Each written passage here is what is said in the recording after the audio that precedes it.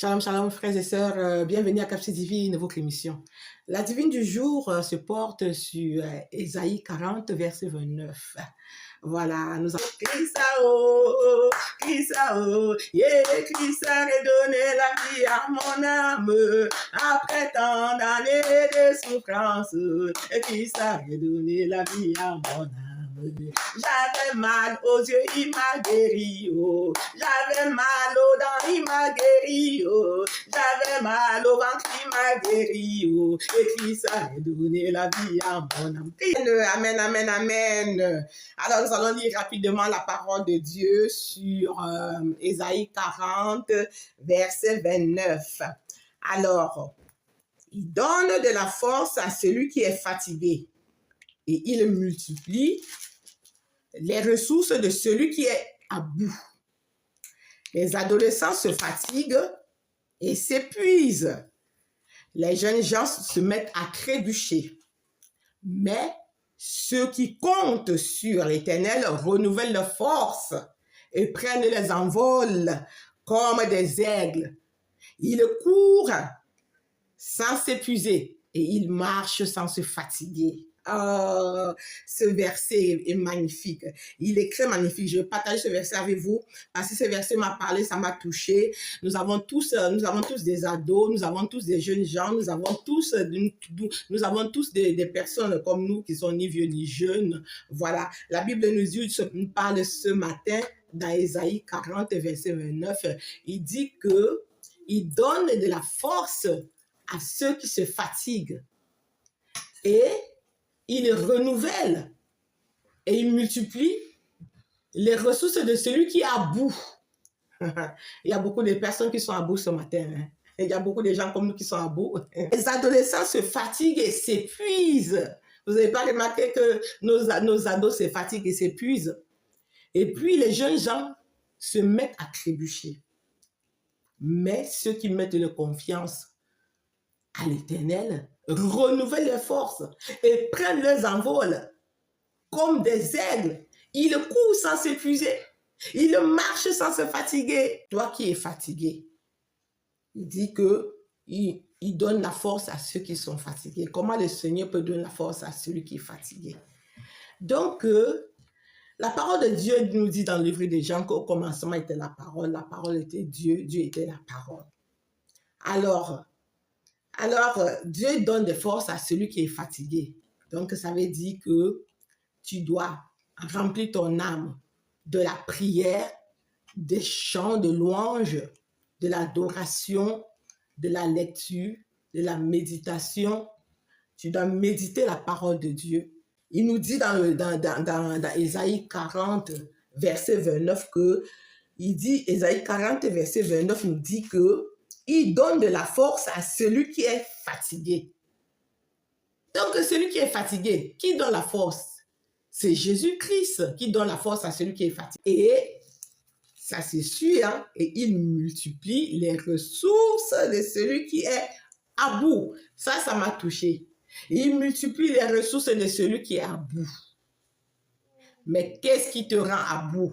La question que tu dois te poser, toi qui es à bout, dans quel domaine de ta vie es-tu à bout? C'est la question que tu dois te poser. Dans quel domaine? Quel est le domaine qui te fatigue dans ta vie? Parce que les gens disent que je suis épuisé, je suis à bout.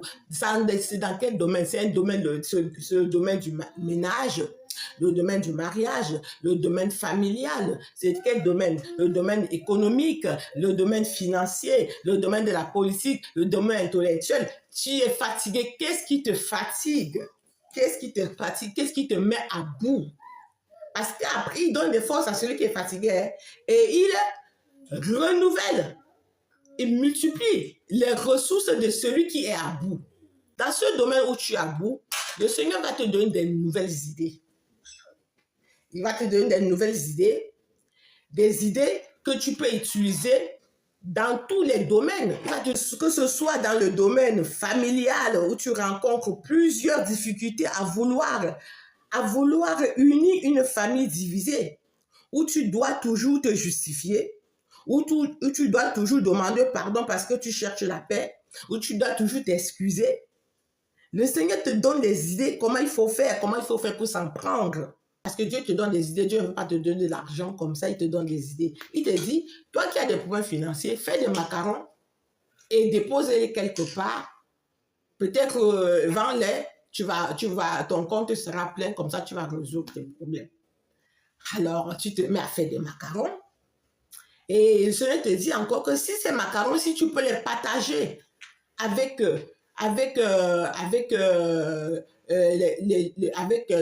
dans les marchés, tu vas avoir beaucoup d'argent. Alors, tu vas dans les marchés, tu partages tes macarons là-bas, tu les vends, hein, tu les vends bien sûr. Et voilà, c'est comme ça que le Seigneur renouvelle les forces de celui qui est à bout. Alléluia, il renouvelle et multiplie. Il renouvelle, il te donne cette capacité. Maintenant, tu n'es plus à bout parce que tu as maintenant beaucoup de personnes avec qui tu as partagé ton idée, que le Seigneur t'a soufflé cette idée et que tu as partagé avec beaucoup de personnes. Et là, c'est comme ça, dans cette mesure que le Seigneur renouvelle les ressources de celui et multiplie les ressources de celui qui est à bout. Ah, la parole de Dieu est magnifique. Maintenant, nous allons aller chez les adolescents. Il dit que les adolescents font quoi? Les adolescents se fatiguent et s'épuisent. Nous avons vu tous nos ados, ils rentrent à l'école, ils sont déjà fatigués, ils sont épuisés. Pourquoi ils sont fatigués? Ils sont fatigués parce que rien qu'en partant de la maison, ils mettent des écoutes. Ils mettent des écoutes dans les oreilles. Quand ils mettent des écoutes dans les oreilles, ils suivent des musiques et cette musique les fatigue déjà. Dès qu'ils arrivent à l'école, après, on rajoute des cours. Ils sont fatigués. Il y en a qui suivent des vidéos. Il y en a qui suivent des images. Est-ce que vous savez des images bizarres? Est-ce que vous savez que ce que vous remplissez de quoi? C'est que celui qui t'écoute, celui que tu écoutes te remplit. Quand vous passez votre temps, les ados, là, à vous remplir des choses qui remplissent vos âmes, des choses qui ne glorifient pas le Seigneur, vous allez vous épuiser, vous allez vous fatiguer. Pourquoi vous allez vous épuiser? Parce que derrière ces choses, derrière ce que vous écoutez là, derrière les images bizarres que vous regardez, il y a des esprits maléfiques. Ce sont ces esprits qui vous fatiguent et qui vous épuisent. Et plus tard, la Bible nous dit que les jeunes se mettent à trébucher. Donc les jeunes, c'est ceux qui sont plus ados, hein, ils se mettent à trébucher, donc ils tombent. Les jeunes se mettent à trébucher parce que avant, c'était les jeunes qui conseillent les ados. Maintenant, ces jeunes-là ne peuvent plus conseiller les ados parce qu'eux, mais ils ne sont pas des exemples à suivre. Parce que quand ils étaient ados, ils ont rempli leurs âmes des choses néfastes. C'est pour ça qu'ils sont incapables de conseiller les ados. Et quand ces jeunes viennent dire aux ados que arrête de fumer, arrête d'aller en boîte de nuit, arrête de faire ceci, de faire cela, les ados leur répondent que même toi, tu as fait pire, tu n'es pas un exemple à suivre. Il y a tout dans la Bible. C'est pour ça qu'il dit que les jeunes gens, les jeunes gens trébuchent. Trébucher, c'est tomber. Mais il y a une solution à ça. Il y a une solution à ça. La solution, c'est que ceux qui comptent sur l'Éternel, il dit ici, mais ceux qui comptent sur l'Éternel renouvellent leurs forces. Ils prennent les envols comme des aigles. Ils courent sans s'épuiser. Ils marchent sans se fatiguer. Comment? Donc, il y a une solution à cela.